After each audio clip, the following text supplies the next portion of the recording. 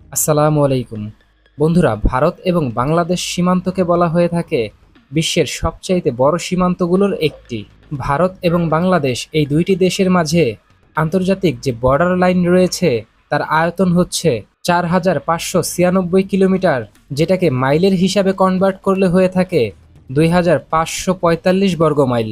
এখন দেখুন, এত বড় সীমান্ত এলাকা নিয়ন্ত্রণ করতে গিয়ে ভারত এবং বাংলাদেশ দুইটি দেশই কিন্তু প্রায় এই যে বিশাল সীমান্ত এলাকা রয়েছে তার কিন্তু শতভাগ নিরাপত্তা নিশ্চিত করতে পারে না। এখন দেখুন, এই যে নিরাপত্তা ঘাটতি রয়েছে, এই ঘাটতি কিন্তু সীমান্ত এলাকায় মানে দুই দেশের সীমান্ত এলাকায় যেসব চোরাকারবারি গ্রুপগুলো রয়েছে তাদেরকে চোরাচালান করতে মানে সীমান্ত এলাকায় চোরাচালান করতে অনেকাংশেই একটা সুযোগের মতো।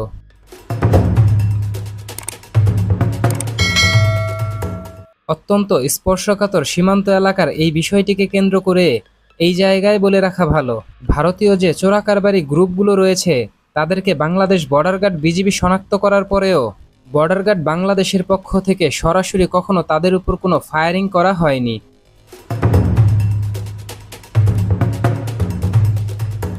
তবে চোরাকারবারি শনাক্ত করার পরে তাদের বিরুদ্ধে গঠনমূলক ব্যবস্থা নেয়ার ক্ষেত্রে পুরোপুরি বিপরীত ব্যবস্থা নিয়ে থাকে ভারতীয় সীমান্তরক্ষী বাহিনী বিএসএফ। বন্ধুরা, গুরুত্বপূর্ণ এই বিষয়টিকে কেন্দ্র করে এই জায়গায় বলে রাখা ভালো, ২০১০ সাল থেকে ২০২৫ সাল অবধি ভারতীয় সশস্ত্র বাহিনী মানে ভারতীয় বিএসএফ এর গুলিতে ৫৮৮ জন বাংলাদেশি নিহত হয়েছেন।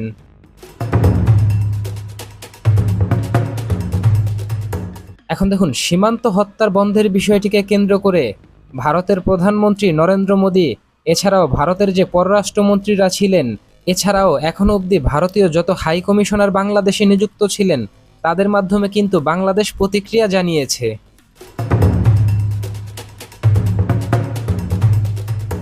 যার বিপরীতে বাংলাদেশ শুধু ভারতের আশ্বাস প্রশ্বাস এবং দীর্ঘশ্বাস ছাড়া আর কিছুই পায়নি। এখন দেখুন, ভারতের কাছে বাংলাদেশের এই যে ব্যর্থতা বা বাংলাদেশের সাধারণ মানুষ নিহত হওয়ার যে ঘটনা, এই সীমান্ত হত্যার ঘটনার বিষয়টিকে কেন্দ্র করে বাংলাদেশ কিন্তু কূটনৈতিকভাবে পুরোপুরি ব্যর্থ হয়েছে। এখন দেখুন, দীর্ঘ ১৭ বছর আওয়ামী লীগ শাসনামলে বাংলাদেশ নিজেদেরকে ভারতের অত্যন্ত কাছের বন্ধু হিসেবে দাবি করলেও বন্ধুত্বের নিদর্শন স্বরূপ বাংলাদেশের কোনো চাওয়াই কিন্তু আওয়ামী লীগ শাসনামলে বাংলাদেশ পূরণ করতে পারেনি। তবে আলহামদুলিল্লাহ, গত ৫ই আগস্টের পর থেকে সময় বদলেছে বাংলাদেশের পররাষ্ট্রনীতির ধরন, বদলেছে বাংলাদেশের শাসন ব্যবস্থা, যার উৎকৃষ্ট উদাহরণ জানুয়ারি মাসে মানে ২০২৫ সালের জানুয়ারি মাসে ভারত বাংলাদেশ সীমান্ত ঘেঁষা ৩ জেলা নওগাঁ, চাঁপাইনবাবগঞ্জ এবং লালমনিরহাট সীমান্তে আন্তর্জাতিক সীমান্ত আইন অমান্য করে ভারতের বিএসএফ যখন কাঁটাতারের বেড়া নির্মাণ করছিল, তখনই কিন্তু বাংলাদেশ বর্ডার গার্ড বিজিবি এবং বাংলাদেশের যে সাধারণ জনগণ রয়েছে এই ৩ জেলার, তারা ক্ষিপ্ত হয়ে ভারতীয় বিএসএফ এর সাথে প্রায় এক প্রকার অঘোষিত সংঘর্ষে জড়িয়ে পড়ে।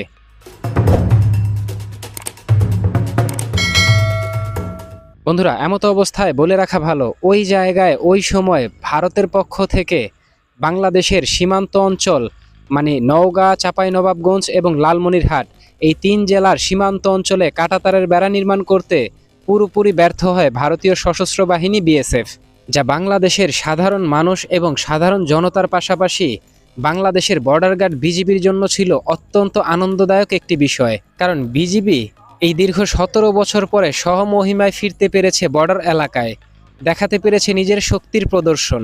কারণ বাংলাদেশের বর্তমান কূটনীতি ভারতকে চ্যালেঞ্জ করার সক্ষমতা রাখে।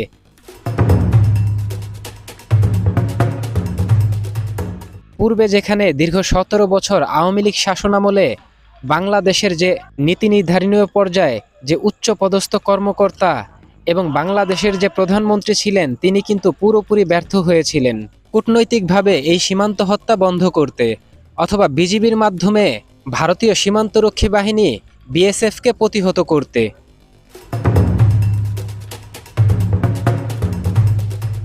তবে আলহামদুলিল্লাহ, ২০২৫ সালে বাংলাদেশের নতুন অন্তর্বর্তীকালীন সরকার আমলে বাংলাদেশ বর্ডার গার্ড বিজিবি জানুয়ারি মাসের পরবর্তী সময়ে গত ২৯শে এপ্রিল দ্বিতীয়বারের মতো সীমান্ত এলাকায় ভারতকে পুরোপুরি নাকানি চুবানি খাইয়ে বাংলাদেশ সীমান্তরক্ষী বাহিনী বিজিবির পায়ে ধরতে বাধ্য করেছে বাংলাদেশি সীমান্তরক্ষী বাহিনী বাংলাদেশ বর্ডার গার্ড বিজিবি।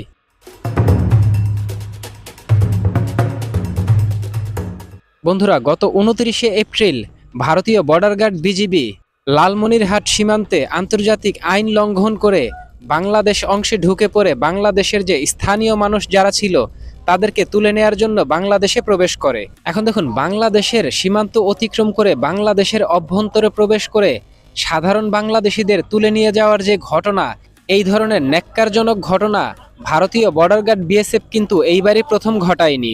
সাবেক প্রধানমন্ত্রী শেখ হাসিনার আমলে পূর্বেও এই ঘটনা বহুবার ঘটিয়েছে ভারতীয় সীমান্তরক্ষী বাহিনী বিএসএফ।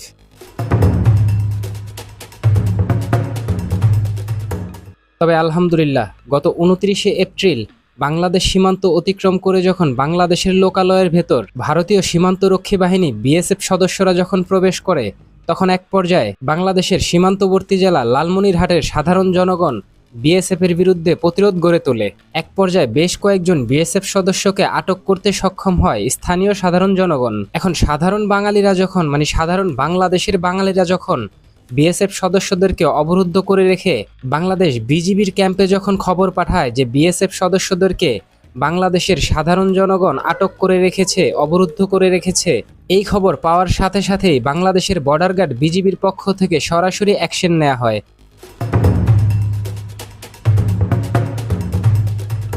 এক পর্যায়ে বাকবিতণ্ডায় জড়িয়ে যায় বাংলাদেশ বর্ডার গার্ড বিজিবি ভারতীয় বিএসএফ সদস্যদের সাথে। বিজিবির পক্ষ থেকে বিজিবির বেশ কয়েকজন সদস্য ঘটনাস্থলে তড়িঘড়ি করে চলে আসেন।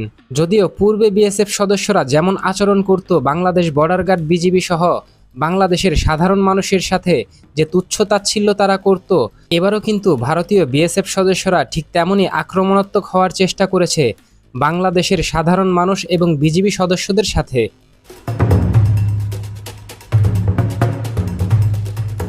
তবে আলহামদুলিল্লাহ, এখন বাংলাদেশের ক্ষমতার পালাবদল হয়েছে। কেটে গেছে বাংলাদেশ সীমান্তরক্ষী বাহিনী বিজিবির মাথার উপর থেকে দিল্লির তাবেদারি করা সরকারের কালো ছায়া। তাই তো ভারতীয় বিএসএফ এর বিরুদ্ধে তৎক্ষণাৎ প্রতিরোধ গড়ে তোলে Bangladesh border guard BGB.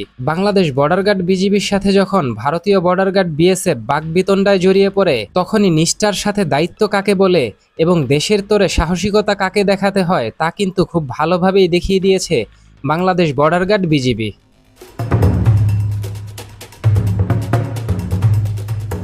Bangladesh বিজিবির পক্ষ থেকে বর্ডার গার্ড বিএসএফকে এমন পর্যায়ে নামিয়ে আনা হয় যে বর্ডার গার্ড বিএসএফ সদস্যরা মাটিতে পড়ে লুটোপুটি খেতে খেতে বাংলাদেশ বর্ডার গার্ড বিজিবি সদস্যদের পায়ে ধরতে পর্যন্ত বাধ্য হয়, যা কিন্তু বাংলাদেশ সীমান্তরক্ষী বর্ডার গার্ড বিজিবির একটি বড় ধরনের বিজয়। কারণ দীর্ঘ 17 বছর নিজেদের সক্ষমতা থাকার পরেও দিল্লিপন্থী হাসিনা সরকারের নতজানু নীতির কারণে এই বর্ডার গার্ড বিজিবি সদস্যরাই কিন্তু নিজেদের দায়িত্ব সঠিকভাবে পালন করতে পারেনি। অথচ এই বর্ডার গার্ড বিজিবির কিন্তু অনন্য নজির রয়েছে। 2001 সালে রৌমারী যুদ্ধে এই বাংলাদেশ বর্ডার গার্ড বিজিবি কিন্তু বিএসএফকে নাকানি চুবানি খাইয়েছে।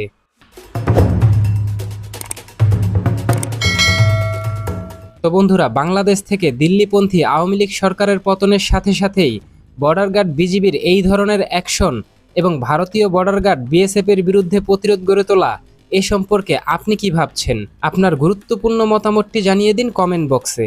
আমাদের ভিডিওটি ভালো লাগলে আমাদের সমর্থন করতে ভিডিওটিতে লাইক, কমেন্ট, শেয়ার এবং চ্যানেলটিকে সাবস্ক্রাইব করে সঙ্গে থাকুন। ধন্যবাদ।